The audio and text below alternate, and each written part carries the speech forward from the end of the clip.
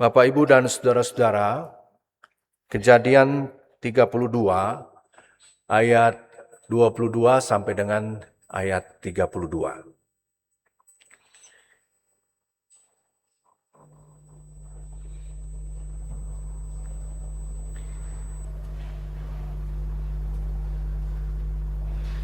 Pada malam itu, Yakub bangun dan membawa kedua istrinya, kedua hambanya perempuan, dan ke-11 anaknya, lalu menyeberang di tempat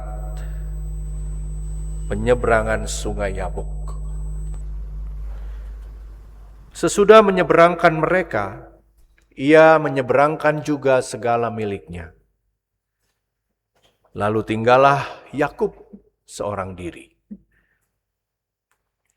Kemudian seorang laki-laki bergulat dengan dia sampai fajar menyingsing. Ketika orang itu melihat bahwa ia tidak dapat mengalahkannya, ia memukul sendi pangkal paha Yakub sehingga sendi pangkal paha itu terkilir sewaktu ia bergulat dengan orang itu. Berkatalah orang itu, "Biarkanlah aku pergi, karena fajar telah menyingsing." Sahut Yakub, "Aku tidak akan membiarkan engkau pergi, jika engkau tidak memberkati aku." Orang itu pun bertanya kepadanya, "Siapakah namamu?" Sahutnya, "Yakub." Lalu kata orang itu, "Namamu tidak akan disebut lagi Yakub, tetapi Israel. Sebab engkau telah bergumul melawan Allah dan manusia, dan engkau menang." Bertanyalah Yakub, "Beritahukanlah juga namamu." Tetapi sahutnya, "Mengapa engkau menanyakan namaku?" Lalu ia memberkati Yakub di situ. Yakub menamai tempat itu Peniel, sebab katanya, "Aku telah melihat Allah berhadapan muka, tetapi nyawaku selamat." Matahari telah terbit di atasnya ketika ia melewati Peniel, dan ia pincang karena pangkal pahanya. Itulah sebabnya sampai sekarang orang Israel tidak memakan daging yang menutupi sendi pangkal paha, karena dia telah memukul sendi pangkal paha Yakub pada daging pangkal pahanya. Demikian sabda Tuhan yang menyapa kita pada pagi hari ini. Berbahagialah kita semua yang mendengarkannya, memelihara serta melakukan dalam hidup setiap hari. Haleluya.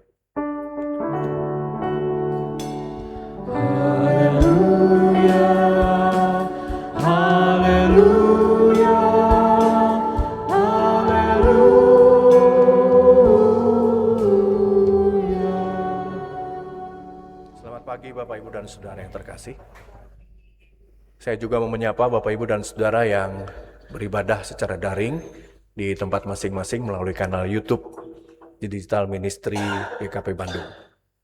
Pagi hari ini Bapak, Ibu, dan Saudara, kita tidak sedang diajak untuk melihat sebuah drama masa lalu. Pagi hari ini kita diajak untuk bisa masuk ke dalam suasana kegelapan di tepi Sungai Yabok, di mana di sana ada sosok yang bernama Yakub berdiri sendirian. Sepanjang hidupnya Bapak, Ibu, dan Saudara, Yakub hidup seperti seekor ulat, makhluk yang merayap di tanah, di batang daun,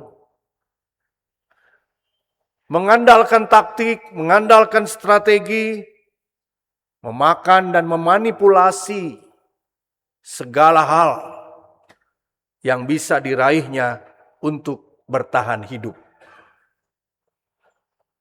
Yakub diumpamakan seperti seekor ulat. Yakub memperebutkan hak sulung dari kakaknya. Direbut hak sulung kakaknya itu. Ia menipu ayahnya yang buta dan mengakali Laban, mertuanya. Dia adalah seumpama seekor ulat cerdik yang bertahan hidup dengan cara melarikan diri dari satu situasi ke situasi yang lain. Dari satu konflik ke konflik yang lain.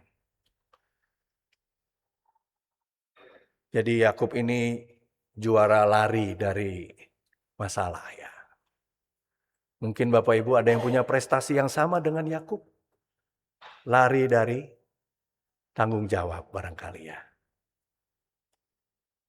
Tapi justru seekor ulat tidak akan pernah bisa mengeluarkan sayap kalau ia tidak dipaksa masuk ke dalam kepompong. Ke dalam ruang yang gelap, ke dalam ruang yang sempit, ke dalam ruang yang menakutkan. Seekor ulat tidak akan mengeluarkan sayap dan berubah menjadi kupu-kupu kalau tidak masuk ke dalam fase kepompong.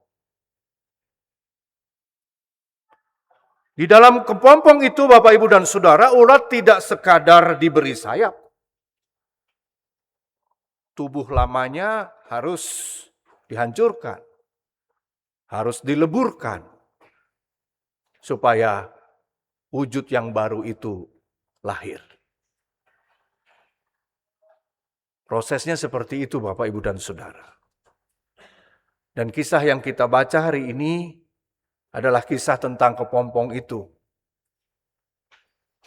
Sebagai pembaca kita diajak untuk bisa menyusuri jalan pemikiran Yakub.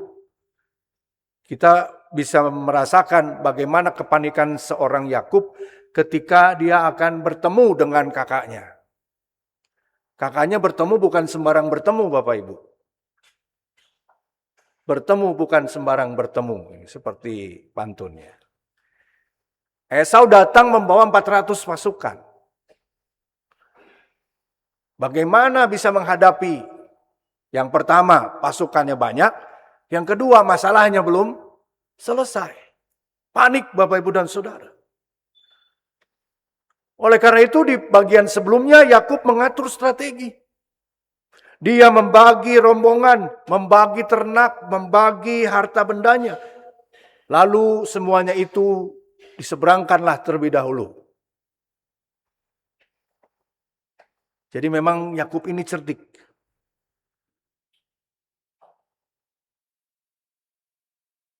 Ketika ada ancaman, dia mengatur strategi. Kita pun bisa seperti itu.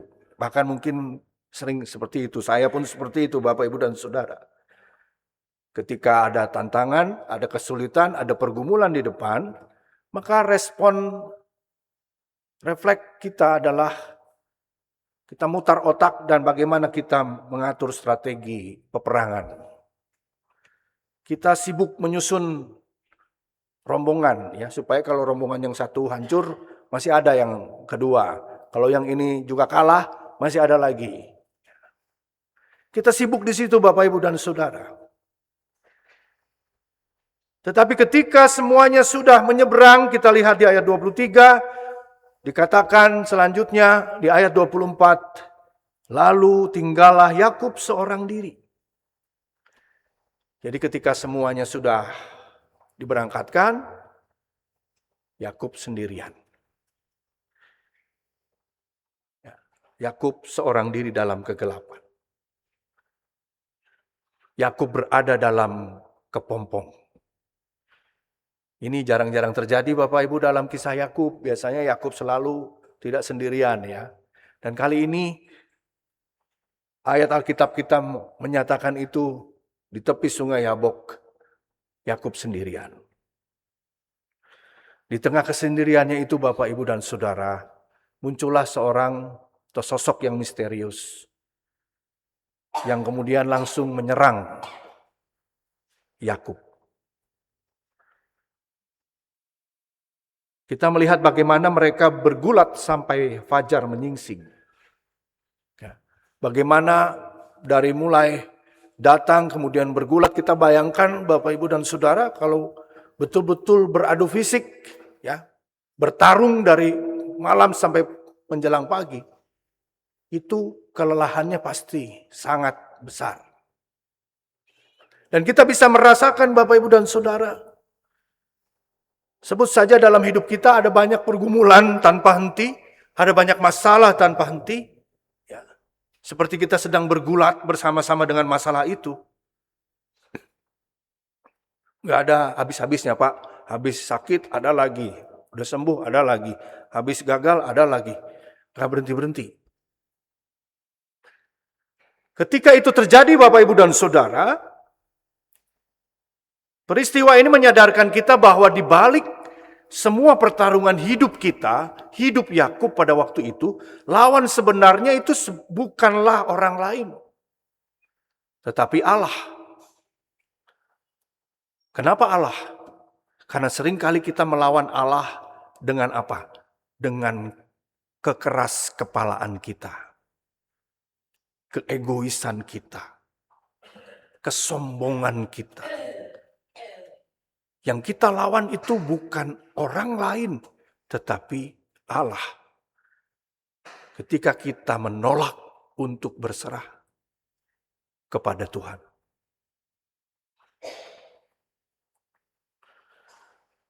Titik balik dari pertarungan itu, sosok misterius ini melakukan sesuatu yang sangat radikal.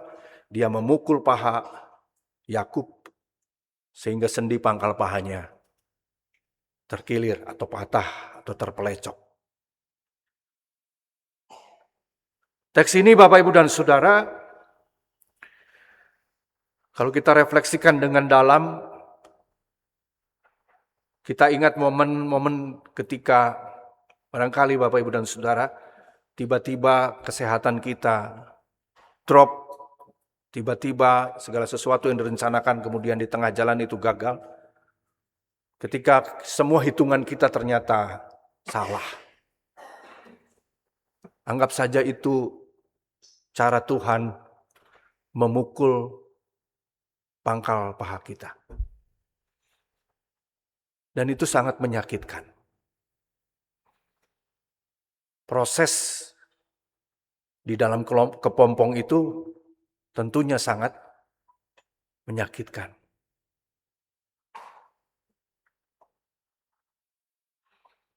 Tapi kita bisa belajar dari Yakub, Bapak Ibu dan Saudara, saat ini.